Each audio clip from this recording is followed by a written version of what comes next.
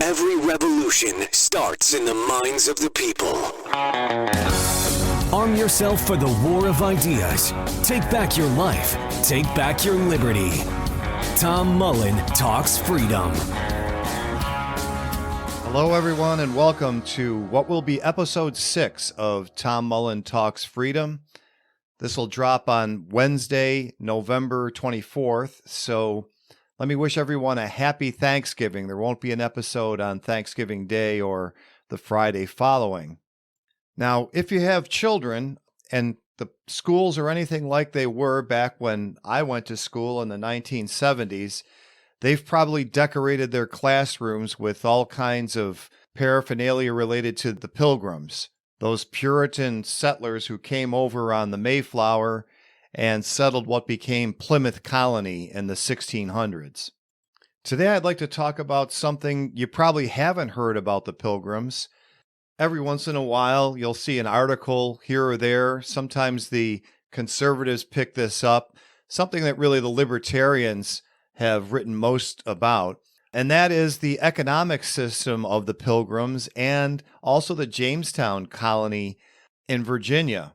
What we do here is that there was a lot of hardship in those colonies during their initial years, and then that somehow or other things turned around and they began to thrive later. Well, it's kind of funny that they don't really tell you the reason for that, even though it's well documented and used to be a standard part of American history. And that is that the colonies originally had communist economies. That's right, those belt-buckle, funny hat-wearing Pilgrims were communists when they first came over. They worked the land and put all of the produce of their work into a common storehouse and then simply doled it out to each family according to its need. So this really was an experiment in not only socialism, but democratic socialism. Democracy was a key principle of the Puritan movement, although you could not say the same thing for the colony in Jamestown, which was made up mostly of indentured servants.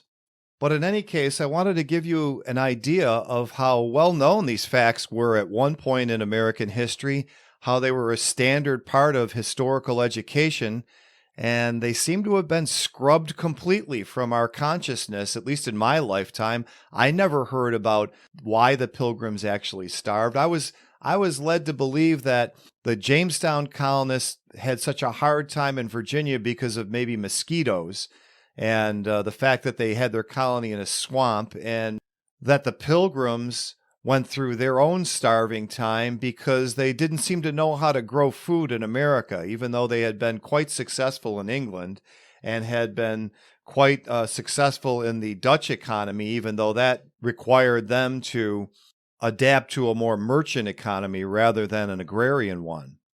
But that's not true in either case.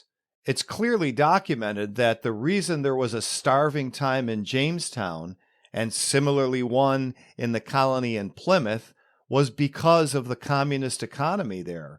And it's also clearly documented that their fortunes turned around when they got rid of the communist economy and went to a private property system. And I'd like to read just a few things to you from some historical sources, just so you don't think this is some crazy theory by that guy in Buffalo. Let's start with Charles and Mary Beard.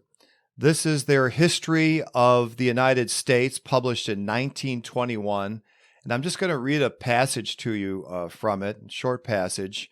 And it says, "In the New World, with its broad extent of land awaiting the white man's plow, it was impossible to introduce in its entirety and over the whole area the system of lords and tenants that existed across the sea.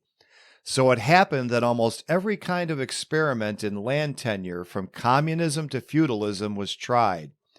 In the early days of the Jamestown Colony, the land, though owned by the London Company, was tilled in common by the settlers. No man had a separate plot of his own. The motto of the community was labor and share alike. All men were supposed to work in the fields and receive an equal share of the produce. At Plymouth, the Pilgrims attempted a similar experiment, laying out the fields in common and distributing the joint produce of their labor with rough equality among the workers. In both colonies, the communistic experiments were failures. Angry at the lazy men in Jamestown who idled their time away and yet expected regular meals, Captain John Smith issued a manifesto. Everyone that gathereth not every day as much as I do, the next day shall be set beyond the river and forever banished from the fort, and live there or starve. Even this terrible threat did not bring a change in production. Not until each man was given a plot of his own to till, not until each gathered the fruits of his own labor did the colony prosper. In Plymouth, where the communal experiment lasted for 5 years, the results were similar to those in Virginia, and the system was given up for one of separate fields in which every person could set corn for his own particular. Those are William Bradford's words. And I'm going to read a passage from William Bradford as well. I'd like to point out that Captain John Smith displays what our own leaders today believe is the solution to every problem, and that's just barking orders at the colonists, thinking that his will alone can change the laws, the economic laws. Of course, it's always a failure. It was a failure in Jamestown. It's a failure today.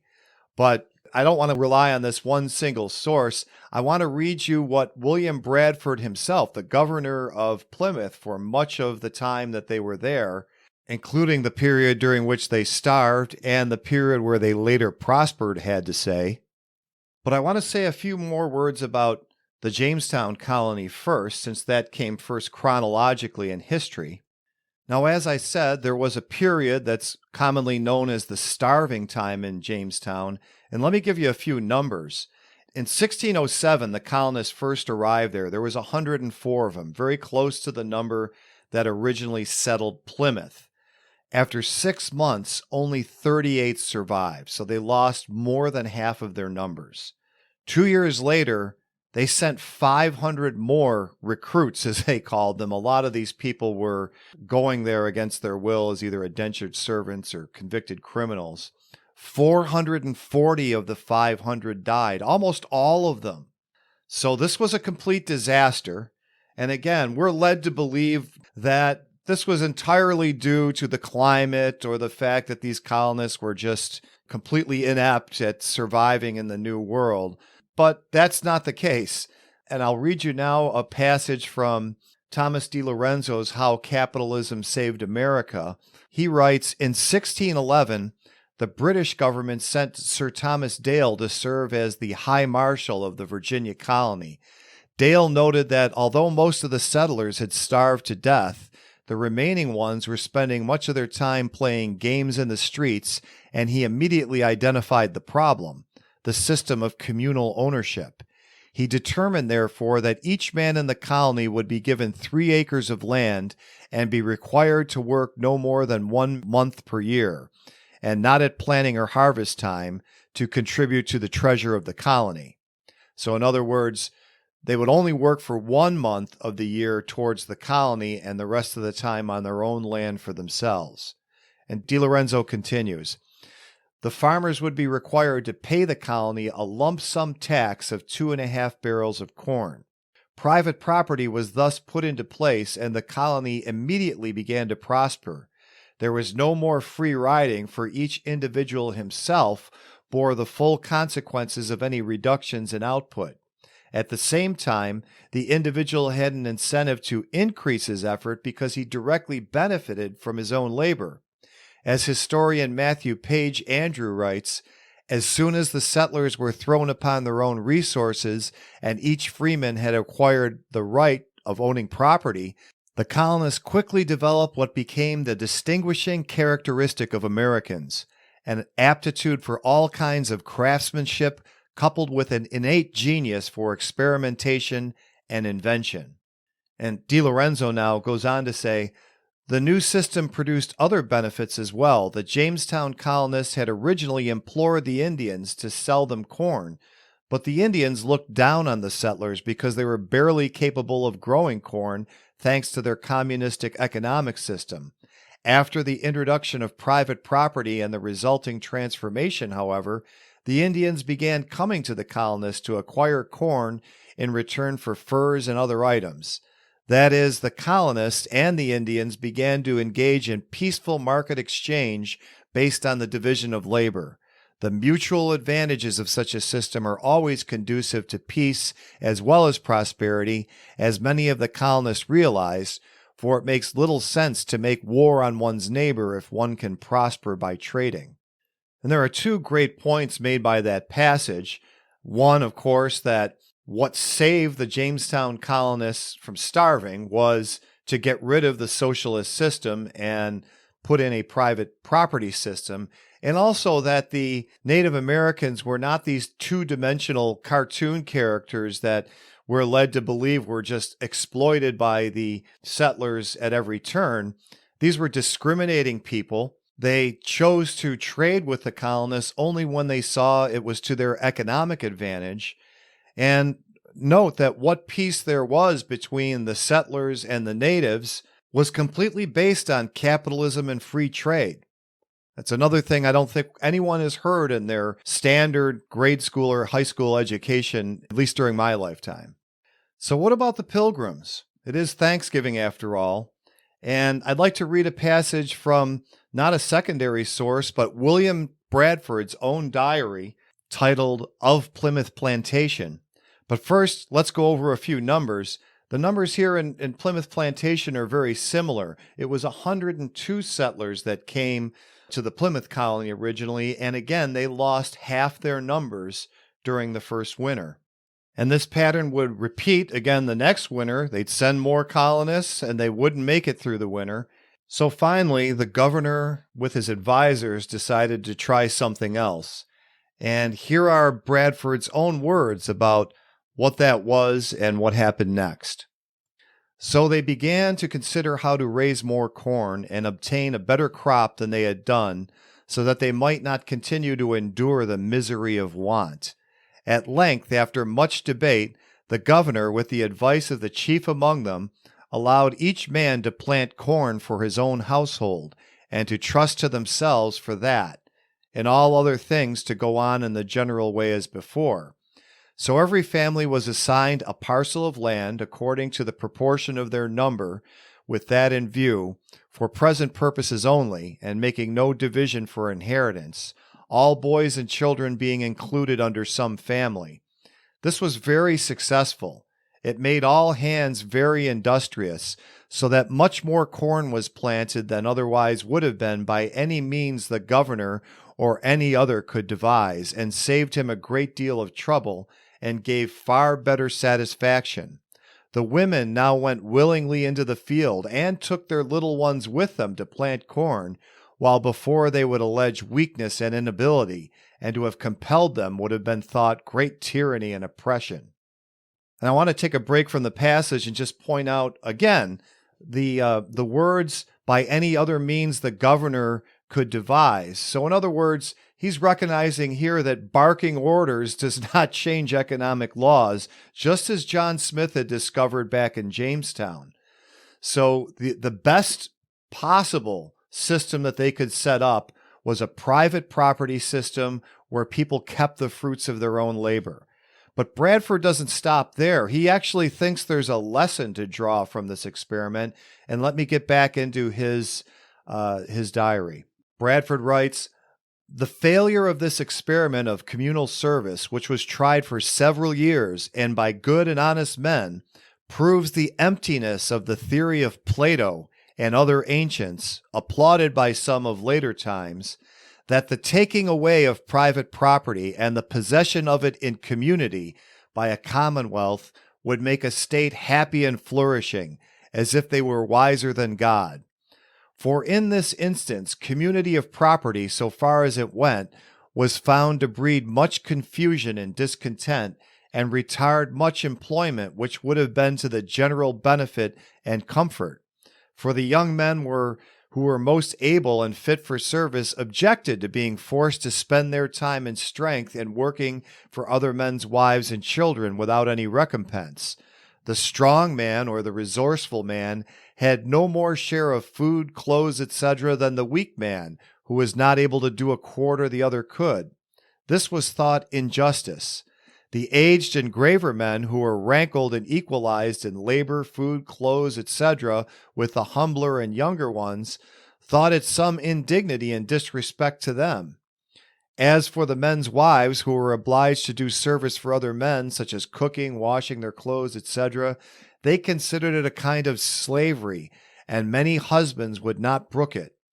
This feature of it would have been worse still if they had been men of an inferior class. If it was thought all were to share alike, and all were to do alike, then all were on an equality throughout, and one was as good as another. And so if it did not actually abolish those very relations which God himself has set among men, it did at least greatly diminish the mutual respect that is so important should be preserved amongst them. Let none argue that this is due to human failing, rather than to this communistic plan of life in itself. I answer, seeing that all men have this failing in them, that God in his wisdom saw that another plan of life was fitter for them.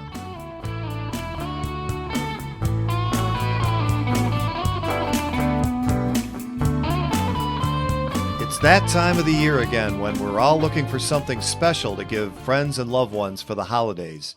Unfortunately, the government and its bank have worked especially hard this year at doing what they do best, make things more expensive for the rest of us. Well, I have great news. You can get a free copy of my new ebook, An Anti-State Christmas. That's my gift to you in appreciation for listening. But that's not all. I've also made the book available as a paperback at an incredibly low price, so you can get a few copies to give as gifts. It makes a great stocking stuffer. And don't worry, this is not some preachy libertarian treatise. It's full of fun and even includes a special Christmas beverage recipe. Get more information and your free ebook at antistatechristmas.com. Just ain't true.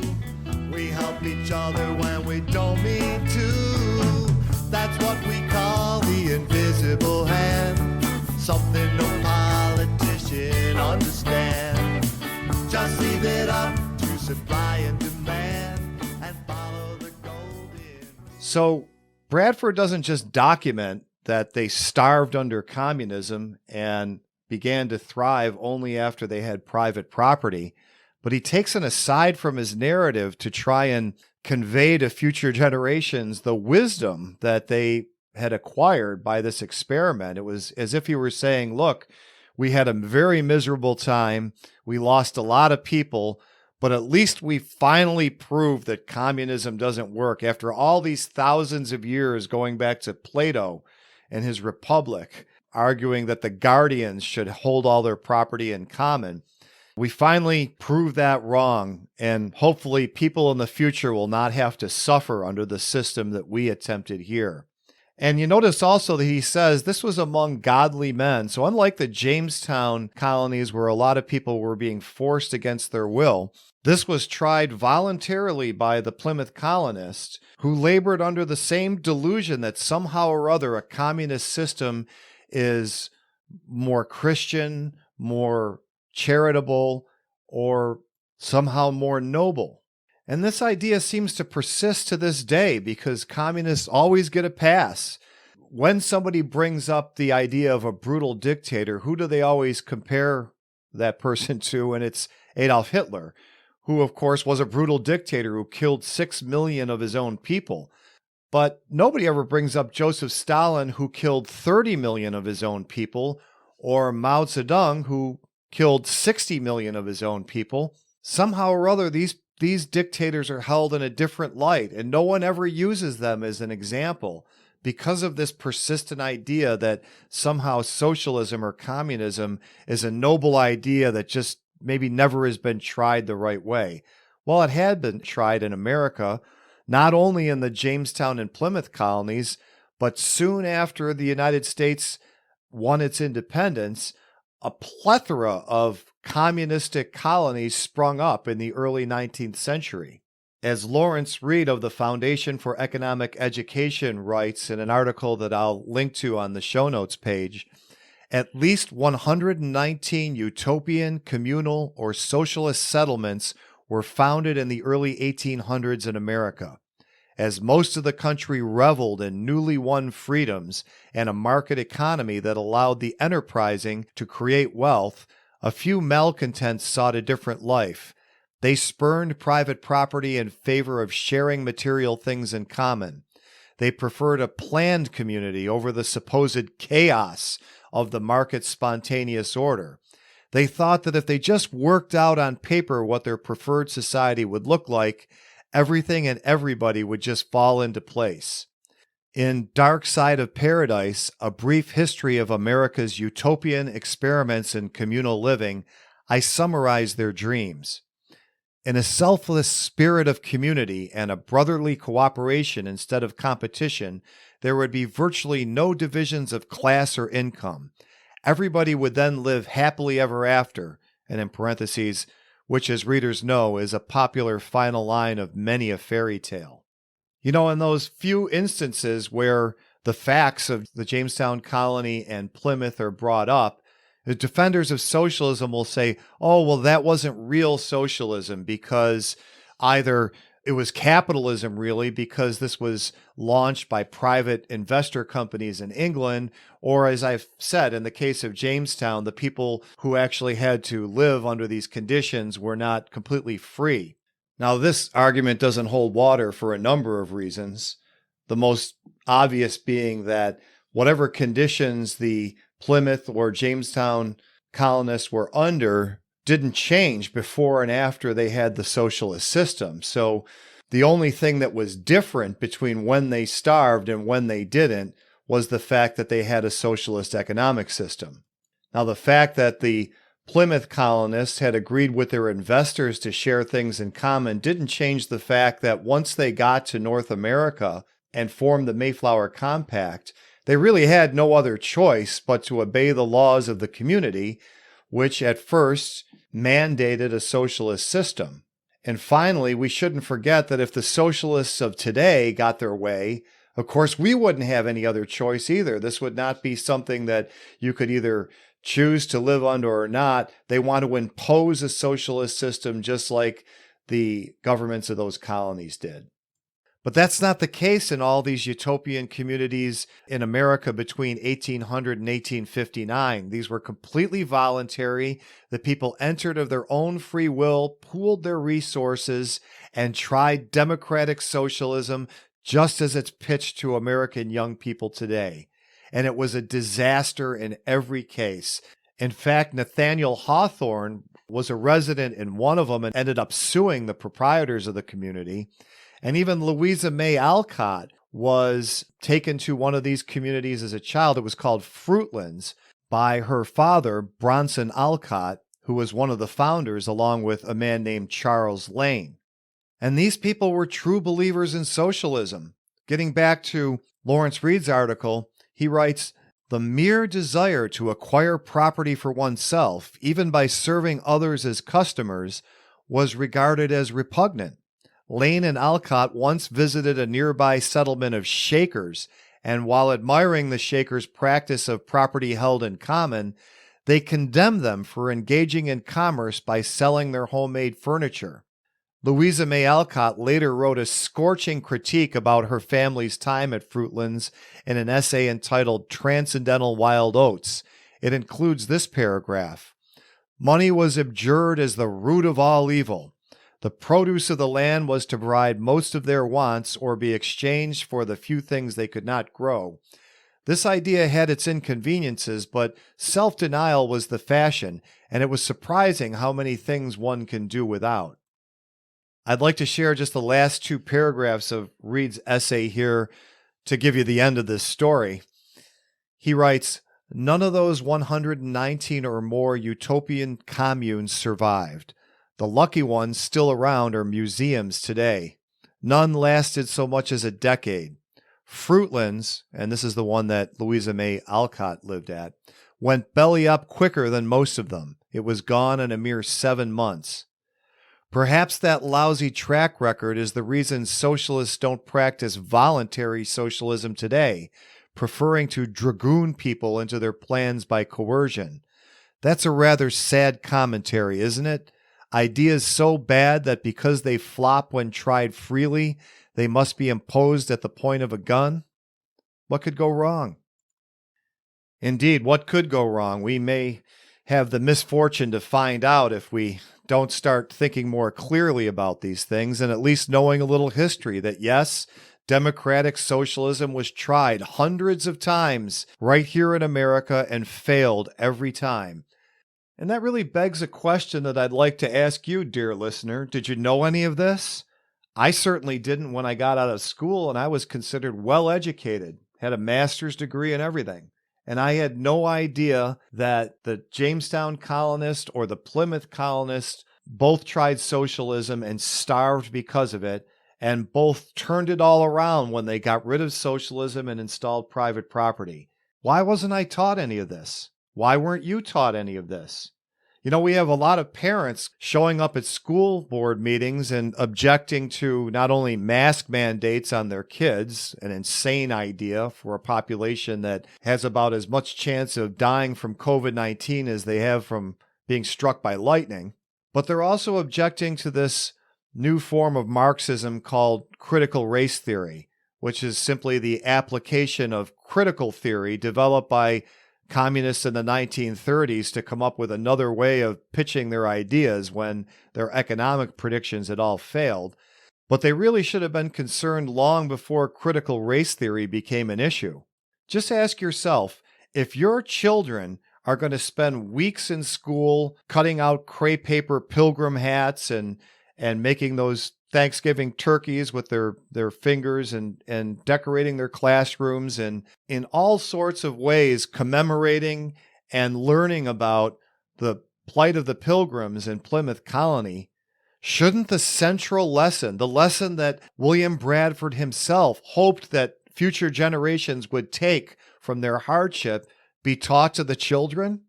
The Plymouth and Jamestown colonies are a lesson that communism is lethal and private property is the key to survival and prosperity in any community. And that was confirmed by those 119 or more voluntary socialist communes that were tried in America in the first half of the 19th century. If you have a child in school, I challenge you to look into the textbook they're reading on history. Does it mention any of this? Are their teachers teaching them the central lesson of the Pilgrims' plight? I have a feeling they're not. And maybe while you're at that school board meeting, you ought to ask them why that is as well. In any case, I want to wish everybody a happy Thanksgiving, and I'll see you next week with more episodes of Tom Mullen Talks Freedom. Okay, friends, that's going to do it for today. Don't forget to get a free copy of my new ebook, An Anti-State Christmas, at antistatechristmas.com. Of course, if you haven't already, subscribe to this podcast on Apple Podcasts, Stitcher, or wherever you normally listen. And please do go to the Tom Mullen Talks Freedom website at tommullentalksfreedom.com and leave a review. And if you like the music you've heard on Tom Mullen Talks Freedom, you can hear more at tommullensings.com. Thanks for listening. The war of ideas has only just begun. Arm yourself with the knowledge you need by heading to tommullentalksfreedom.com and subscribing to our email list. And remember, every revolution starts in the minds of the people.